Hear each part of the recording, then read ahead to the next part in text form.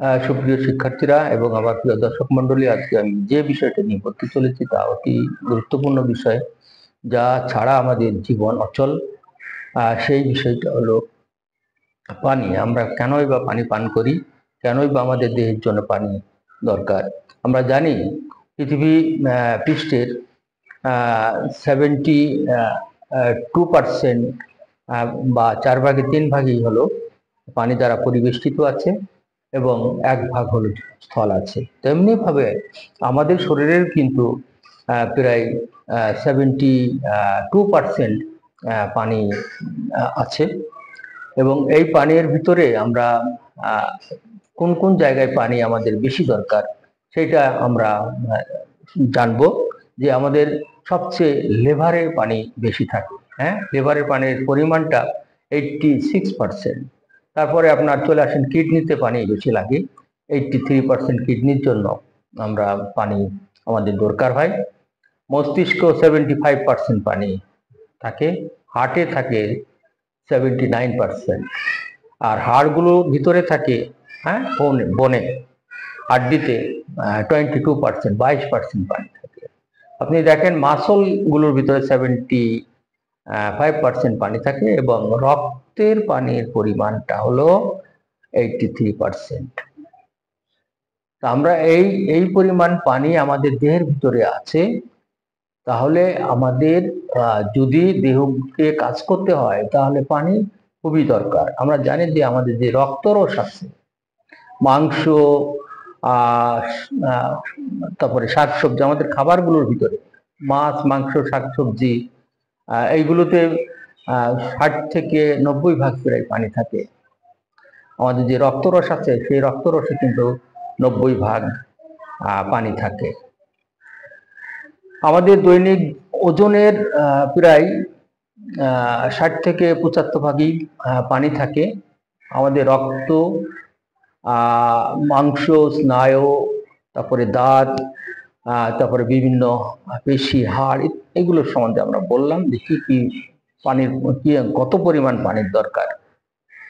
তার মানে একজন পূর্ণবয়স্ক মানুষের পানি 2 থেকে 3 গ্লাস প্রতিদিন খাওয়া, 2 থেকে 3 লিটার প্রতিদিন খাওয়া উচিত। কিন্তু একটা গুরুত্বপূর্ণ তথ্য আপনারা জানবেন যে 300 মিলিলিটারের বেশি পানি কখনোই পান করবেন না একসাথে।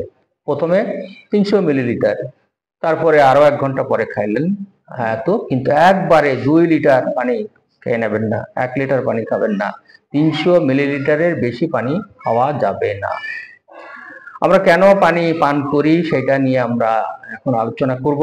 যে আমরা যে হজম শক্তি বৃদ্ধি করে আমাদের, যে আমরা যে খাবারগুলো খাই, যে খাবারগুলো খাওয়ার ফলে মানে মেটাবলিজম, মানে বিপাক প্রক্রিয়ার মাধ্যমে দেহে যে ইউরিয়া হয়, অ্যামোনিয়া হয়, এইগুলোকে নিষ্কাশন করার জন্য বা টক্সিক কিছু হয়, নিষ্কাশন করার জন্য পানি খুব দরকার। আপনার পানি পান করা দরকার।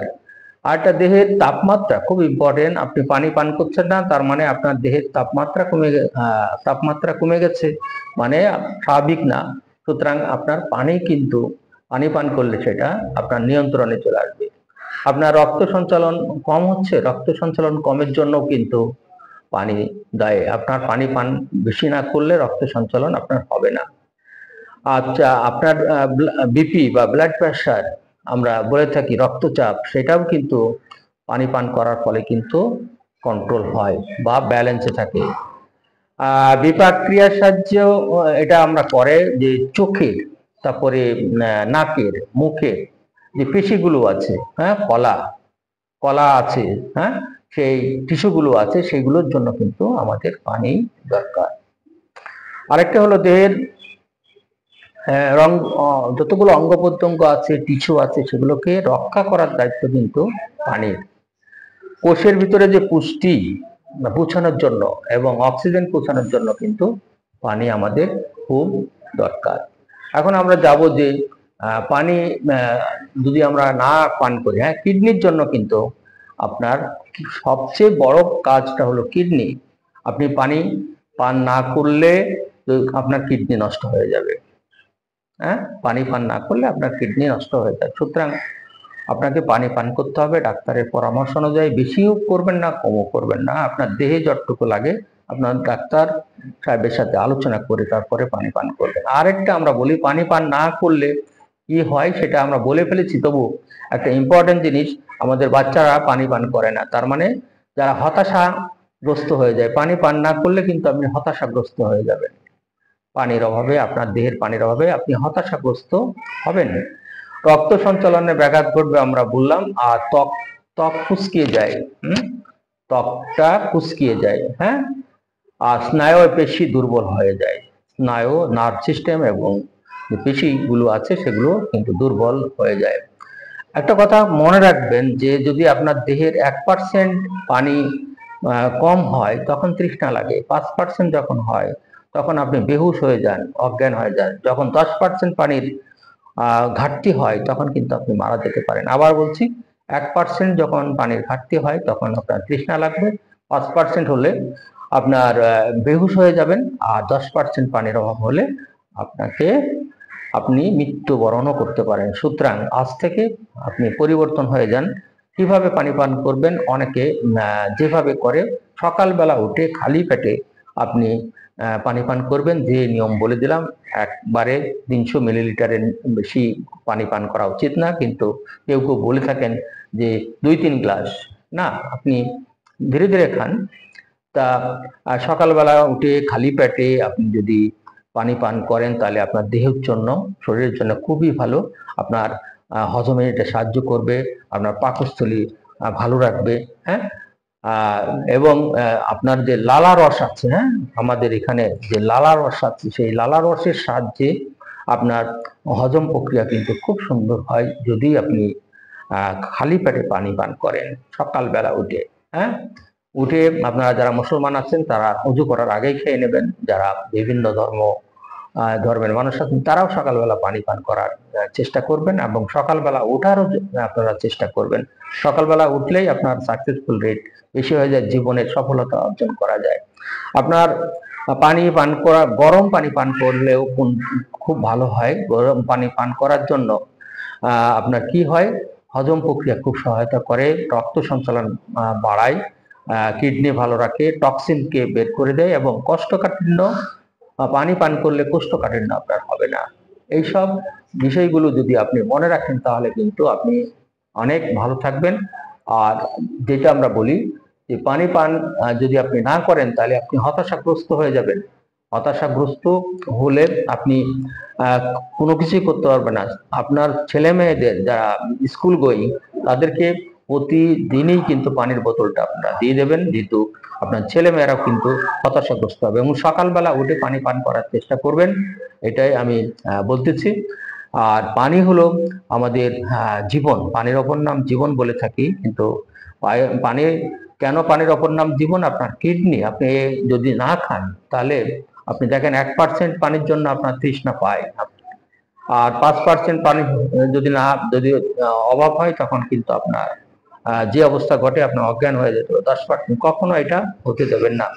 প্রতি দিন পানি পান করুন এবং একটু একটু সূর্যের আলোয় থাকুন, পুষ্টিকর খাবার খান, তাহলে দেখবেন আপনি ভালো থাকবেন। আপনি দেখেন, আপনি প্রতিদিনই পানি পান না করলেও শাকসবজির ভিতরে পানি আছে, মাংসের ভিতরে পানি আছে, কত কিছুর ভিতরে পানি আছে। তাহলে এইগুলো যদি আপনি পানি না করে, পানির অভাব পূরণ করছে, কিন্তু আপনাকে প্রতিদিন পূর্ণবয়স্ক মানুষের জন্য 2 থেকে 3 লিটার পানি পান করা উচিত। সবাইকে ধন্যবাদ জানাচ্ছি।